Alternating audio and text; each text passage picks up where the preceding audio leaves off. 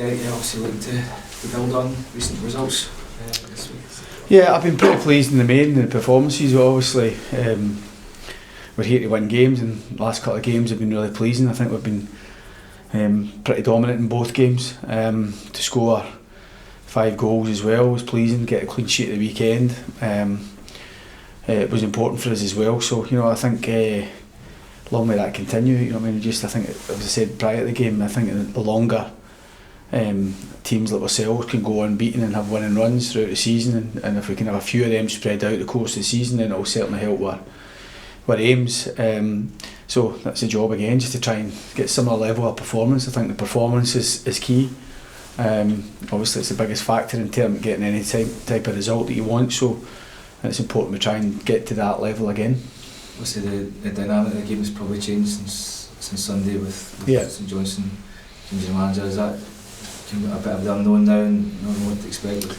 Yeah, totally. Myself and Paul Sheeran went to go and watch St Mirren on Saturday against St Johnstone, and even on the game, up until St Mirren scored the first goal, St Johnstone arguably the better team, and the game plan, they were executing it well. They had some good moments in the game.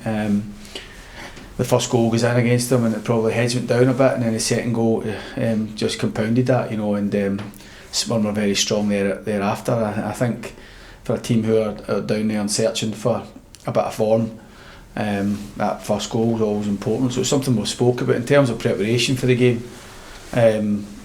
You're right, but it's a wee bit of the unknown. Alex, somebody I know really well, but you never really know what's going on inside of the club and how they're going to prepare for the game. There might be a change in shape, might be a change in personnel.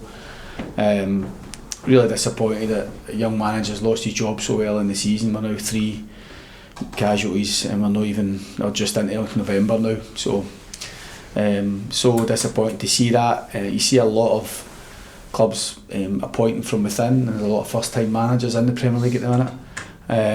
But I do feel that at times they deserve the same opportunity and time to see things through. But we all know how difficult it is to get time in football, and I feel for Stephen and Liam. Liam was somebody I know really well as well. He was my first ever signing as a manager, and 2 boys who have gave so much to that club. But obviously Alec takes the reins tomorrow, and from our point of view, it is a wee bit of an unknown to answer your question.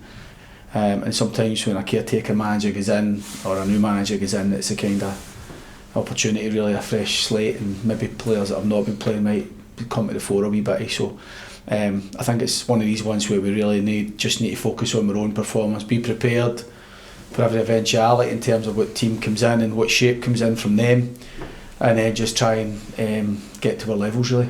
You mentioned, is it getting more and more difficult? St Johnstone obviously give young managers a chance. It seems over the years that seem to have a bit more patience than maybe some other teams, but obviously Stephen's been in there for 5-6 months and he's lost his job. Does that just highlight how difficult it is becoming for managers these days? Yeah, absolutely. And unfortunately I don't see it changing. St Johnstone have been very good, and as you said, going back a while now, where the managers have all moved on. The last 2 managers have lost their job. It's the first time they've had to sack managers for a while. And how long is enough time? We're not even a quarter of the way through the season.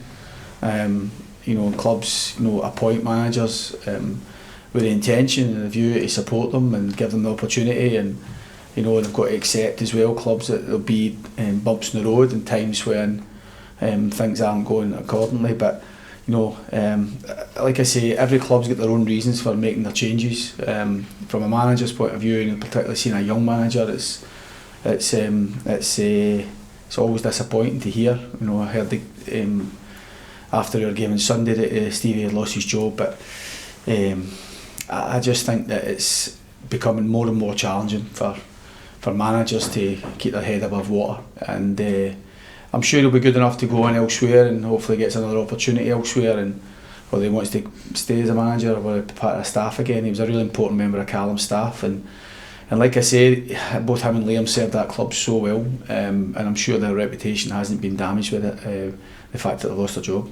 Derek, is that the hard part though, is that these people may not get another chance just because they had that chance early, and now obviously they've got to prove themselves all over again.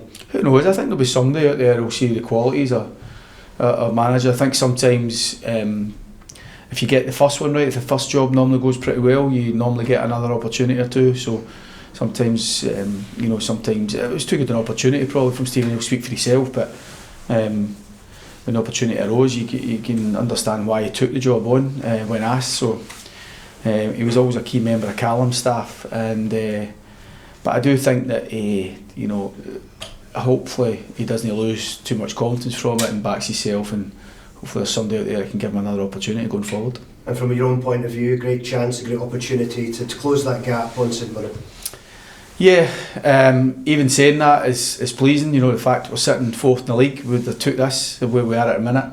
Obviously we've played a game more than a lot of teams, and you're not want to get too obsessed with the league table at this moment in time, but while we're there, I want us to hang about there as long as possible, and I think we're just looking for a bit more. Keep pushing the demand for the team. I want them to keep pushing their own individual performances. I think the squad is pushing the main team without some key players at the weekend, but we still managed to come up with a big performance. So, and hopefully, as I say, we can. The motivation's clear there for us for tomorrow night, and we all want to win the game, and we're all going to work hard towards winning the game. But it's important we actually deliver the performance that gives us the best chance of that. And if you win tomorrow, I think that's 5 points better off than this time last season. How pleased are you with the progress you've made since the end of last season up till now? Yeah, I think right across the board there's improvements. I think you can see an improvement in the squad. I think there's improvements in terms of wins, clean sheets, goals scored, points. So there's a lot that we can be pleased about, but I still think there's a bit more to come. So hopefully we can show that over the course of the campaign. And you said there's more to come. Could that be the same with this relationship between Marley and Kyle? They seem to be forming quite a partnership up top.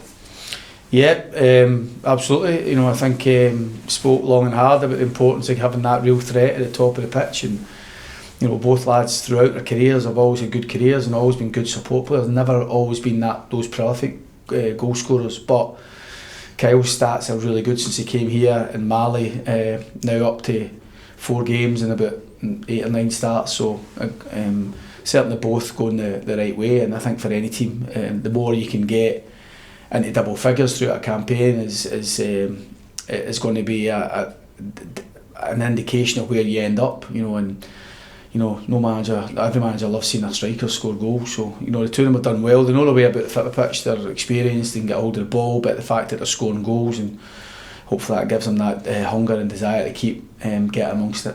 And how is the squad looking into tomorrow? Any niggles or any injuries from Sunday? Big Joe had to come off a few minutes into the second half, which was far from ideal. Robbie D's came in and was excellent, so there was no real issues with that. Joe looks as if he'll be fine for the game tomorrow, right enough, so it was just more a precaution thing. Corey Ndaba, who missed the game with a little Achilles issue, I've got him scanned this morning, so we'll see the outcome of that, but he's generally feeling better, so we feel that it's not going to be anything too serious. He won't make tomorrow night, unfortunately, but keeps going the way he's going, and the scan shows what we hope it shows, and he's got a chance for the weekend. So Kyle McInnes is the only one longer term. The Off X Kelly Camo collection available.